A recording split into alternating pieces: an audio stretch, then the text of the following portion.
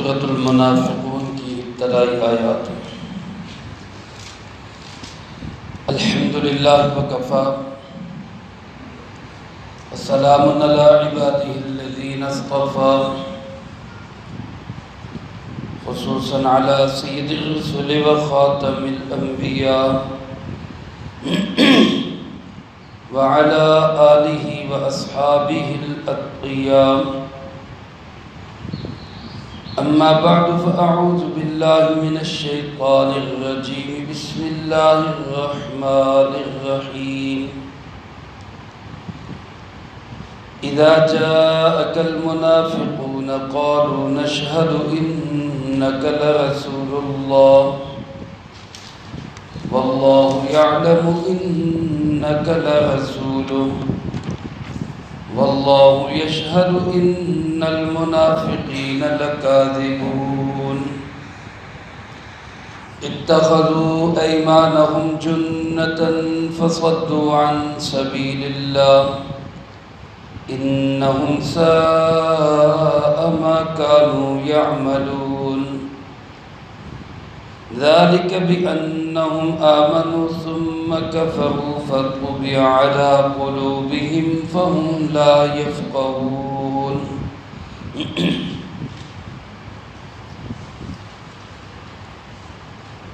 ان آیات مبارکہ کا ترجمہ اور سورۃ مبارکہ کا تعارف اور خلاصہ مضامین گزشتہ درس میں عرض کر چکا ہوں۔ شان نزول کے متعلق گفتگو کرتے ہوئے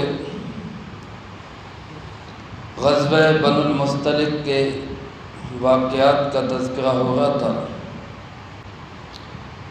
واپسی پر مہاجرین اور انصار میں ایک جھگڑا ہوتے ہوتے رہ گیا۔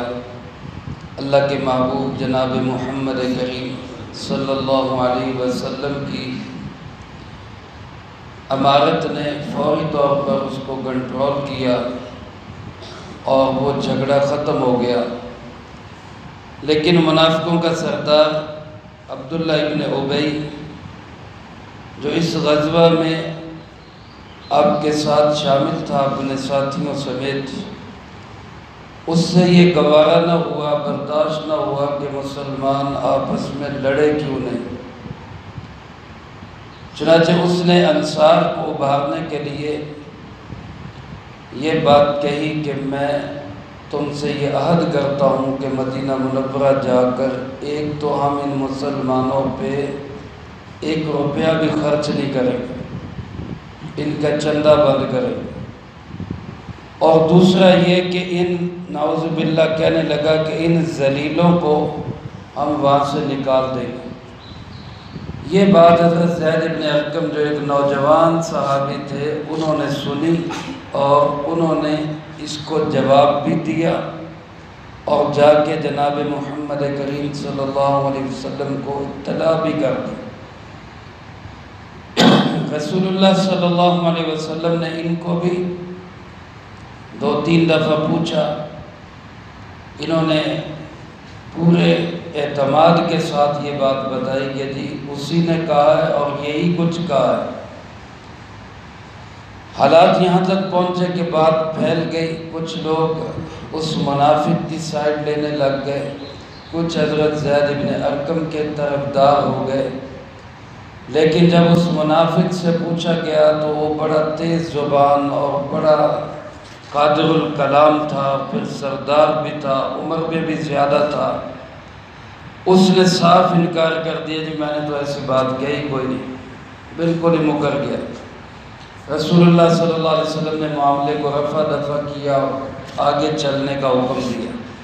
علماء فرماتے کہ قافلے کی روانگی کا وقت بھی نہیں تھا اور پھر آپ نے قافلے کو دیر تک چلایا، دن بھی رات بھی، تاکہ یہ بات دلوں سے نکل ہی جائے، کوئی اس پہ تبصرہ ہی نہ کرے۔ لیکن حضرت زید بن ارقم رضی اللہ تعالیٰ عنہ جو سچے بھی تھے اور مخلص صحابی بھی تھے، ان کے دل کو یہ دھڑکا لگا کہ یار میرے بارے میں لوگ کیا سوچیں گے کہ میں نے جھوٹ بولا۔ مجھے کیا سمجھا جا رہا ہو، حالانکہ میں تو سچا ہوں۔ تو وہ بار بار اپنی سواری کو بھی جناب نبی پاک صلی اللہ علیہ وسلم کی سواری کے قریب لاتے کہ کہیں اللہ پاک میری سچائی آپ کو بتا دے۔ اس دوران علماء نے لکھا حضرت عبادہ ابن صامت رضی اللہ تعالیٰ عنہ نے عبداللہ ابن ابی کے قریب جا کر اس کو کہا بھی کہ کوئی غلطی ہو گئی ہے تو معافی مانگ لو، اللہ کے محبوب سے آ کے آرام سے کہہ دو کہ مجھ سے غلطی ہو گئی ہے، آپ بھی استغفار کر دیں گے، اللہ معاف کر دے گا۔ لیکن وہ منافق اپنے تکبر میں اسی طرح بھرا ہوا، اس نے یہ بات سن کے ناگواری سے منہ ہی دوسری طرف کر دیا، مجھے ان کے استغفار کی کوئی ضرورت نہیں جیسے۔ حضرت عبادہ رضی اللہ تعالیٰ نے اس کو اسی وقت کہا، تیرے رویے سے لگتا ہے کہ قرآن میں تیرے بارے میں آیات آئیں گے، تیرا رویہ ایسا لگا۔ بہرحال سفر چلتا رہا۔ حضرت زید بن ارقم اپنی پریشانی میں اور ٹینشن میں بار بار کبھی اللہ کے محبوب کے قریب آئیں، سواری کو پاس لائیں، کبھی پیچھے ہٹ جائیں، وہ اپنی فکر میں تھے۔ اتنے میں ان کو محسوس ہوا کہ رسول اللہ صلی اللہ علیہ وسلم پہ وحی کے آثار شروع ہو گئے۔ جب آپ صلی اللہ علیہ وسلم پہ وحی اترا کرتی تھی تو سخت سردی کے موسم میں بھی آپ کو آپ کی پیشانی مبارک پہ پسینہ آ جاتا تھا، وحی کا بوجھ اتنا تھا۔ جس اونٹنی پہ آپ سوار تھے اس اونٹنی سے کھڑا ہونا مشکل ہو گیا، آپ کا بوجھ اتنا زیادہ بڑھ گیا وحی کی وجہ سے کہ اونٹنی سے کھڑا ہونا مشکل ہو گیا۔ کچھ دیر تک یہ کیفیت رہی، حضرت زید بن ارقم دیکھتے رہے کہ وحی اتر رہی ہے۔ تھوڑی دیر کے بعد جب وحی کے آثار ختم ہوئے تو حضرت زید فرماتے ہیں میری سواری آگے تھی، رسول اللہ صلی اللہ علیہ وسلم نے اپنی سواری کو دوڑایا، میرے قریب سے گزرے اور میرا کان یوں مروڑ کے آپ نے فرمایا نوجوان، اللہ نے تیری سچائی نازل کر دی اور اس منافق کی ضلالت اللہ نے قرآن میں بیان کر دی۔ حضرت زید فرماتے ہیں کہ مجھے ساری دنیا مل جائے اس سے مجھے یہ زیادہ پسندیدہ ہے جو اللہ کے محبوب نے پیار سے میرا کان مروڑا تھا، یہ مجھے سب سے زیادہ قیمتی لگتا۔ اور پھر آپ نے یہ سورت مبارکہ پڑھ کے سنائی، سارے صحابہ میں یہ بات پھیل گئی، واضح ہو گئی کہ زید ابن ارقم سچا تھا اور اس منافق نے جھوٹ بولا تھا، اس نے یہ باتیں کہی تھی جو اللہ نے اس کی قرآن میں نقل کر دی۔ اور پھر علماء نے لکھا ہے وادی عقیق مدینہ منورہ کے قریب ایک وادی ہے، وہاں پہ پہنچے تو اسی عبداللہ ابن ابی کے بیٹے جن کا نام بھی عبداللہ ہی تھا، سچے اور مخلص صحابی تھے، انہوں نے یہاں اپنے باپ کی سواری کی مہار پکڑ لی، اونٹنی کو روک لیا، اپنے باپ کی سواری کو روک لیا اور کہنے لگے جب تک اللہ کے محبوب صلی اللہ علیہ وسلم مجھے حکم نہیں دیں گے اور تو اس بات کا اقرار نہیں کرے گا کہ تو ذلیل ہے اور حضرت محمد صلی اللہ علیہ وسلم عزت والے ہیں، میں تجھے مدینہ منورہ میں داخل نہیں ہونے دوں۔ اللہ کے محبوب صلی اللہ علیہ وسلم کی سواری قریب پہنچی، اس وقت کہتے ہیں عبداللہ ابن ابی یہ بات کہہ رہا تھا کہ آج تو میں بچوں عورتوں سے بھی زیادہ ذلیل ہو گیا، میں سردار ہو کر میری اتنی بھی حیثیت نہیں رہی کہ میرا بیٹا میری سواری پکڑ کے کھڑا ہے اور مجھ سے کہلوا رہا ہے کہ میں ذلیل ہوں۔ رسول اللہ صلی اللہ علیہ وسلم کو پھر بھی اس پہ رحم آیا اور آپ نے عبداللہ ان کے بیٹے سے کہا کہ باپ کو جانے دو۔ چنانچہ یوں یہ سفر مکمل ہوا۔ اس میں حضرت زید بن ارقم کی سچائی کو اللہ نے واضح کیا اور ان منافقین کی منافقت کے ڈول کے پول اللہ نے کھول دیے۔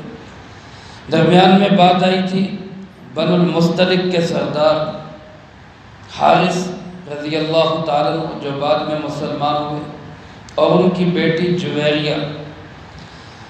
بنو المستلق کا علاقہ فتح ہوا، بہت سارا مال غنیمت حاصل ہوا، بہت سے مرد عورتیں قید ہوئی، انہی قیدیوں میں حضرت جویریہ رضی اللہ تعالیٰ جن کا نام پہلے برہ تھا، اور جب جناب نبی پاک صلی اللہ علیہ وسلم کی عمر مبارک 38 سال تھی، 38 برس، یعنی نبوت ملنے سے 2 سال پہلے، تب یہ پیدا ہوئی تھی۔ اور سیرت نگاروں نے لکھا ہے کہ اللہ پاک نے حسن و جمال کا بہت بڑا حصہ حضرت جویریہ کو عطا کیا تھا، نہایت خوبصورت تھی۔ پھر سردار کی بیٹی تھی، ناز و نعام میں پلی تھی۔ رسول اللہ صلی اللہ علیہ وسلم کے بنو المصطلق پہ حملہ کرنے سے کوئی 2-3 سال پہلے ان کی شادی ہوئی تھی، ایک سردار کے بیٹے کے ساتھ ہی، جس کا نام صافع لکھا ہے۔ لیکن جب آپ بنو المصطلق پہ حملہ آور ہونے لگے تو 3 دن پہلے ایک چاندنی رات میں یہ اپنے خامن کے ساتھ لیٹی ہوئی تھی، چاند کو دیکھتے اپنی باتیں کرتے، پیار و محبت کی باتیں کرتے، کہیں آنکھ لگ گئی تو خواب میں دیکھتی ہیں کہ یثرب سے ایک چاند چلا ہے اور وہ میری گود میں آ گیا۔ یثرب سے چاند چلا اور میری گود میں آ گیا۔ رسول اللہ صلی اللہ علیہ وسلم کی بابت یہ سن چکی تھی کہ مدینہ منورہ میں جناب محمد کریم صلی اللہ علیہ وسلم تشریف لائے ہوئے، اللہ کے نبی ہیں۔ چونکہ سمجھدار بھی تھی، پڑھی لکھی بھی تھی، ناز و نعام اور خوبصورتی میں بھی، حسن و جمال میں بھی، ہر اعتبار سے اللہ نے ان کو شان عطا کی تھی۔ اب جب یہ خواب دیکھا تو خود ہی اپنے ذہن میں اس کی تعبیر بنا لی۔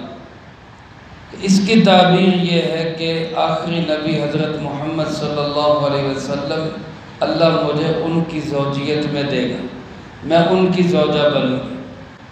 اور پھر اس تعبیر کو سوچ کر ہی بڑے خوش ہوئی، اور خامن نے بھی حتیٰ کہ پوچھا کہ بڑی خوش لگ رہی ہو، کیا ماجرا ہے، کیا معاملہ ہے؟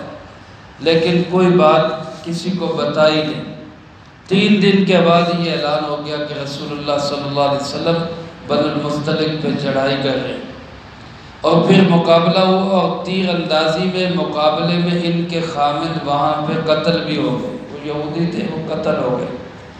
یہ قید ہو کے ایک صحابی حضرت ثابت بن قیس شماس رضی اللہ تعالیٰ ان کے حصے میں آئے، تو حضرت ثابت بن قیس نے ان کے ساتھ بدلے کتابت طے کر لیا۔ بدلے کتابت کا مطلب یہ ہوتا ہے کہ مجھے اتنے پیسے دے دو، میں تمہیں آزاد کر دوں گا۔ 9 اوقیہ چاندی ان کے ساتھ طے کی کہ مجھے یہ تم دے دو تو میں تمہیں آزاد کر دوں گا۔ حضرت جویریہ رضی اللہ تعالیٰ نے جو اس وقت تک ابھی برہ ہی تھی، برہ بن حارث، انہوں نے سوچا کہ اب میں تو اتنی چاندی دے نہیں سکتی، تو کیوں نہ میں جا کے جناب محمد کریم صلی اللہ علیہ وسلم سے درخواست کروں کہ آپ میرے لیے کہیں سے یہ چاندی اکٹھی کریں اور میرا بدلے کتابت میرے اس آقا کو دے کے مجھے رہائی دلوائے۔ ادھر یہ رسول اللہ صلی اللہ علیہ وسلم کی طرف جا رہی، ادھر ان کے باپ حارث کو پتہ چلا کہ میری بیٹی قید ہو گئی اور وہ کنیز اور باندی بنا دی گئی، تو اس کو بھی بڑی تکلیف ہوئی کہ میں سردار، میری بیٹی سردار زادی، اور اب وہ کسی کی کنیز بنے گی۔ تو اس نے سوچا کہ میں کسی بھی قیمت پہ رسول اللہ صلی اللہ علیہ وسلم کو جا کر راضی کروں گا اور اپنی بیٹی کو رہا کرواؤں۔ چنانچہ وہ اپنے بہت سارے اونٹ لے کر اللہ کے محبوب کی خدمت میں حاضر ہونے کے لیے چلا۔ ادھر بیٹی جا رہی ہے آپ کے پاس، ادھر وہ باپ آ رہا ہے آپ کے پاس۔ اس حارث نے یہ کیا کہ آپ صلی اللہ علیہ وسلم کے پاس پہنچنے سے پہلے 2 بڑے خوبصورت اونٹ تھے اس کے، بڑے بہترین اونٹ، اس نے وہ چھپا دیے اور باقی سارے لے کے آپ کی خدمت میں حاضر ہونے کے لیے چلا۔ جویریہ آپ کی خدمت میں پہلے پہنچ گئی۔ رسول اللہ صلی اللہ علیہ وسلم نے ان کے لیے چاندی اکٹھی کی، ان کو خامن سے آزاد کروایا، اور پھر ان کو آزاد ہونے کا آپ نے تمغہ دیا کہ تم اب آزاد ہو۔ جب وہ رہا ہو گئی، آزاد ہو گئی، ادھر ان کے والد پہنچ گئے۔ والد پہنچے، انہوں نے آ کے کہا کہ جی آپ میرے سارے اونٹ لے لیں اور میری بیٹی کو رہا کر دیں۔ سرکار دو عالم صلی اللہ علیہ وسلم نے اس کو دیکھا، اس کے اونٹوں کو دیکھا، اور آپ نے دیکھ کے فرمایا کہ تم سارے اونٹ نہیں لائے۔ اللہ کی محبوب صلی اللہ علیہ وسلم کا یہ معجزہ دیکھا اس نے کہ اس نے جو اونٹ چھپائے تھے اس کے سوا کسی کو پتہ نہیں تھا، لیکن جب آپ کی خدمت میں اس نے پیش کیے، آپ نے فوراً فرمایا کہ تم نے سارے اونٹ نہیں تم لائے۔ اس نے کہا کہ یہی ہیں جی میرے پاس، یہی۔ آپ نے فرمایا نہیں، وہ 2 اونٹ تم نے چھپائے ہیں اور فلاں جگہ پہ چھپائے ہیں۔ آپ نے گنتی بھی بتا دی، جگہ بھی بتا دی۔ اس بات کو سن کے حارث بڑا متاثر ہوا اور اس نے کہا کہ جی آپ تو واقعی اللہ کے رسول ہیں، لہذا مجھے بھی آپ کلمہ پڑھائیں اور مسلمان کریں، اور میں بھی آپ کا صحابی اور اسلام میں داخل ہوں۔ اس سے پہلے حضرت جویریہ اسلام قبول کر چکی تھی، پھر باپ نے بھی اسلام قبول کر لیا۔ تو رسول اللہ صلی اللہ علیہ وسلم نے ان سے کہا کہ جویریہ اب آزاد ہے، مسلمان ہے، اور وہ پہلے ہی رہا ہو چکی ہے، تو اپنی بیٹی کو لے جانا چاہتے ہو تو لے جاؤ۔ اس پہ حضرت برہ انہوں نے کہا کہ اللہ کی محبوب میں اب مسلمان ہو چکی ہوں، اب میں آپ کے پاس ہوں، میں نے اب کہیں نہیں جانا، میں نے ادھر ہی رہنا ہے۔ جیسے بہت سارے صحابہ مسلمان ہوئے اور انہوں نے کہیں بھی جانے سے انکار کر دیا، حضرت جویریہ نے بھی یہی کہا۔ تو اس موقع پہ پھر رسول اللہ صلی اللہ علیہ وسلم نے اس کے والد کو یہ پیغام بھیجا کہ اگر تم چاہو تو میں جویریہ سے نکاح کر لیتا ہوں۔ ان کو اور کیا چاہیے تھا، باپ نے بھی فوراً ہاں کر دی، بیٹی بھی فوراً راضی ہوئی، اور حضرت برہ کا نکاح رسول اللہ صلی اللہ علیہ وسلم سے ہوا، اور آپ نے پھر ان کا نام برہ کی بجائے جویریہ بنت حارث کر دی۔ رسول اللہ صلی اللہ علیہ وسلم کی بڑی محبوب زوجہ تھی، اور اللہ کی شان، جس وقت آپ صلی اللہ علیہ وسلم کا انتقال ہوا ان کی عمر 26 سال تھی، 26 سال کی تھی جب آپ صلی اللہ علیہ وسلم سے بیوہ ہوئے، اور پھر علماء نے لکھا ہے تقریباً 74 سال میں سن 56 ہجری کے اندر جا کر پھر ان کا انتقال ہوا۔ ربیع الاول کے مہینے میں ہی آپ صلی اللہ علیہ وسلم کا انتقال ہوا، اور ربیع الاول کے مہینے میں ہی حضرت جویریہ رضی اللہ تعالیٰ عنہ کا انتقال ہوا۔ رسول اللہ صلی اللہ علیہ وسلم کی قبر مبارک پہ اکثر حاضری دیتی، جو حضرت عائشہ رضی اللہ تعالیٰ عنہ کا گھر تھا، اور گھنٹوں آپ کے قدم مبارک کی طرف بیٹھ کر روتی رہا کرتی تھی۔ بہت نیک، بہت صالحہ اور عظیم خاتون تھی، اللہ پاک ان کی قبر پہ کروڑوں رحمت نازل فرمائے۔ مروان ابن حکم اس وقت گورنر تھا مدینہ منورہ کا، حضرت امیر معاویہ رضی اللہ تعالیٰ عنہ کی طرف سے اس نے ان کا جنازہ پڑھایا، اور جنت البقیع کے اندر ان کی تدفین ہوئی۔ یوں یہ دونوں باپ بیٹی مسلمان بھی ہوئے، صحابی رسول بھی بنے، اور اللہ کے محبوب صلی اللہ علیہ وسلم کے خاندان میں بھی داخل ہوئے۔ حضرت اماں جان سیدہ عائشہ صدیقہ رضی اللہ تعالیٰ عنہ فرماتی کہ جویریہ رضی اللہ تعالیٰ عنہ سے بڑھ کر میں نے اپنے قوم کے لیے اتنی قسمت والی عورت میں نے اور کوئی نہیں دیکھی، کہ جب یہ رسول اللہ صلی اللہ علیہ وسلم کے نکاح میں آئی، ادھر سینکڑوں کی تعداد میں ان کے خاندان کے لوگ صحابہ کے غلام تھے اور باندیاں تھے، لیکن جب یہ آپ کے نکاح میں آئی تو صحابہ نے کہا کہ ہمیں بڑی شرم آتی ہے کہ اللہ کے محبوب کی زوجہ ہو اور اس کے خاندان کے لوگوں کو ہم اپنے غلام اور باندیاں بنا کے رکھیں۔ صحابہ نے سینکڑوں کی تعداد میں وہ قیدی رہا کر دی۔ تو حضرت عائشہ فرماتی کہ ان سے بڑھ کر اپنی قوم کے لیے قسمت والی خاتون میں نے کوئی اور نہیں دیکھی، کہ ان کی برکت سے کتنے لوگوں کو رہائی ملی۔ تو بہرحال یہ اس صورت مبارکہ کے نزول کے واقعات تھے۔ آیات کا ترجمہ ایک دفعہ پھر دیکھ لیں، اور اس کے ساتھ ساتھ ان واقعات کو ہم فٹ کرتے جائیں گے۔ اللہ پاک فرماتے ہیں اذا جاءک المنافقون، جب منافق آپ کے پاس آئیں. یہ موقع تھا جب عبداللہ ابن ابی کو آپ نے بلایا اور پوچھا تو اس نے صاف کہا نشہد انک لرسول اللہ، ہم تو گواہی دیتے ہیں کہ آپ اللہ کے رسول ہیں. یعنی آپ نے جب ان سے پوچھا تو اس نے اپنا بیان ہی بدل لیا. پہلے ذلیل کہہ رہا تھا نعوذ باللہ من ذالک، پھر فوراً یو ٹرن لیتے ہوئے اپنا بیان بدلا اور کہنے لگا جی انک لرسول اللہ، آپ تو اللہ کے رسول ہیں، ہم آپ کے بارے میں ایسی بات کیسے کر سکتے ہیں، ہم نے کوئی ایسی بات نہیں کی. بالکل ہی مکر گیا. اللہ پاک نے اس کی بات نقل کر کے فرمایا واللہ یعلم انک لرسول. یہ درمیان میں جملہ معترضہ ہے. اللہ بھی جانتے ہیں آپ اس کے رسول ہیں. منافق گواہی دیتے ہیں، زبان سے کہتے ہیں انک لرسول اللہ، اللہ کو بھی پتہ ہے کہ آپ اللہ کے رسول ہیں، اللہ ہی نے آپ کو بھیجا ہے. لیکن وہی اللہ جس نے آپ کو رسول بنایا اور جو جانتا ہے کہ آپ اس کے رسول ہیں، واللہ یشہد ان المنافقین لکاذبون، وہی اللہ گواہی دیتا ہے کہ یہ منافق جھوٹ بول رہے ہیں، یہ جھوٹے ہیں منافق. تو کل کے درس میں بھی یہ بات آئی کہ منافق کی علامت یہی ہوتی ہے کہ جب بھی وہ بات کرے گا وہ جھوٹ بولے گا. تو جھوٹ بہت بری چیز ہے. اللہ ہم سب کی اس سے حفاظت فرمائے. اور ہم لوگ بھی اپنی باتوں میں بہت دفعہ ایسی باتیں کر جاتے ہیں، ہمیں بھی جھوٹ چھوڑ دینا چاہیے. یہ منافقت کی علامت ہے.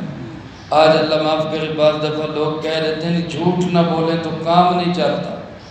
بڑی سخت بات ہے اور بڑا خطرناک جملہ ہے. حالانکہ حضور نبی کریم صلی اللہ علیہ وسلم نے کیا فرمایا، ان الصدق ینجی والکذب یہلک. سچ ہمیشہ نجات دیتا ہے اور جھوٹ ہمیشہ انسان کو برباد کرتا ہے. تو جھوٹ منافقوں کی علامت ہے، ہمیں جھوٹ کو چھوڑ دینا چاہیے. پھر اللہ پاک فرماتے ہیں ان منافقوں نے اپنی قسموں کو اپنی آڑ بنائے ہوئے، اتخذوا ایمانہم جنتا، اپنی قسموں کی آڑ لی ہوئی ہے، قسم کو ڈھال بنائے ہوئے. جو منافق آدمی ہوتا ہے وہ بات بات پہ قسم اٹھائے گا کیونکہ وہ جھوٹا ہوتا ہے اور جھوٹے کو یقین دلانے کے لیے قسمیں اٹھانی پڑتی. اللہ کے محبوب صلی اللہ علیہ وسلم یہ قسم کو زیادہ پسند نہیں کرتے تھے کہ بندہ بات بات پہ قسم اٹھاتا رہے، اس کو اچھا نہیں سمجھتے. یہ منافق اس قسم کے پردے میں اپنے آپ کو سچا ثابت کرنا چاہتے تھے. اللہ پاک فرماتے ہیں کہ اتخذوا ایمانہم جنہ، انہوں نے اپنی قسموں کو ایک ڈھال بنایا ہوا ہے، آڑ اور پردہ بنایا ہوا ہے.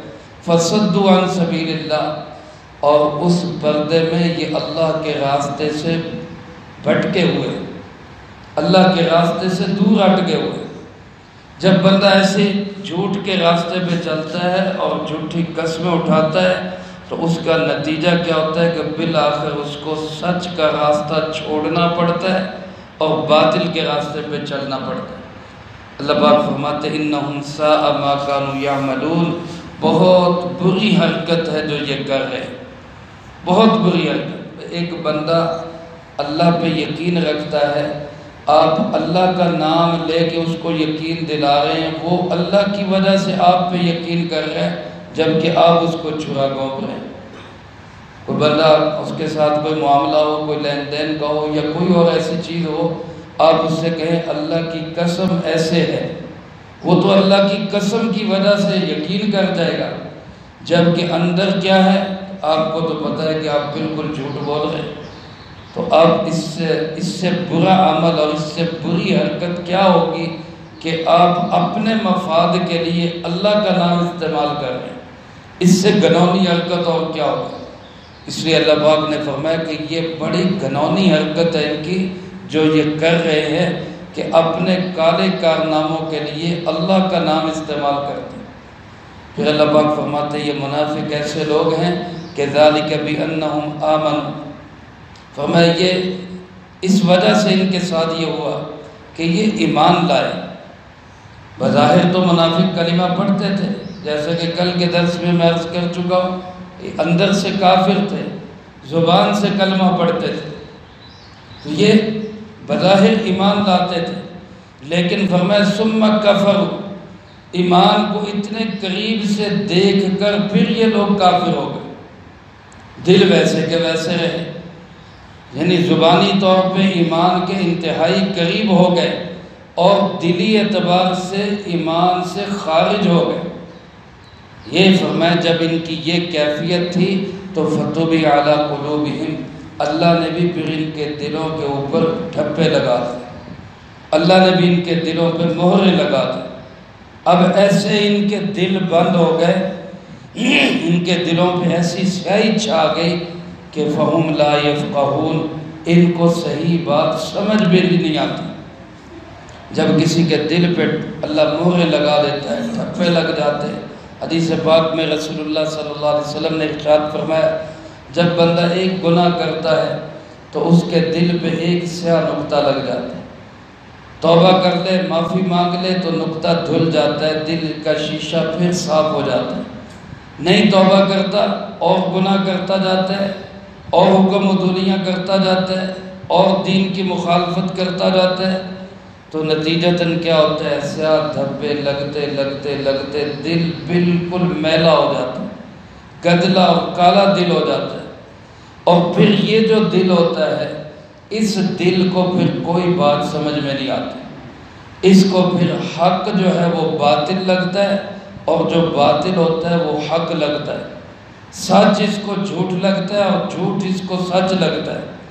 ایسے لوگوں کے متعلق اللہ پاک نے فرمایا کلا بل ران علی قلوبہم ما کانوا یکسبون، ان کے کرتوتوں کی وجہ سے ان کے دلوں پہ زنگ چڑھ گئے، لہذا اس دل میں کوئی حق بات کا کوئی اثر نہیں ہوتا، جتنا مرضی پھر اس کو سمجھائے۔ چنانچہ یہی ہوا اس عبداللہ ابن ابی منافق کو اور اس کے ساتھیوں کو بڑا ہی سمجھایا مخلص صحابہ نے، رسول اللہ صلی اللہ علیہ وسلم نے، لیکن یہ ایسے بند دل اور پتھر دل نکلے کہ پھر بھی وہی کافر کے کافر ہی رہے۔ اللہ پاک فرماتے اللہ نے بھی ان کے دلوں پہ ٹھپے لگا دیے، اب ان کو کوئی بات سمجھ میں نہیں آتی۔ میرے بھائیو، اللہ سے پناہ مانگنی چاہیے کہ اللہ ہماری سمجھ اتنی الٹی کر دے، ہمارے دل ایسے بند ہو جائیں کہ کوئی حق بات کا ہم پہ اثر ہی نہ ہو۔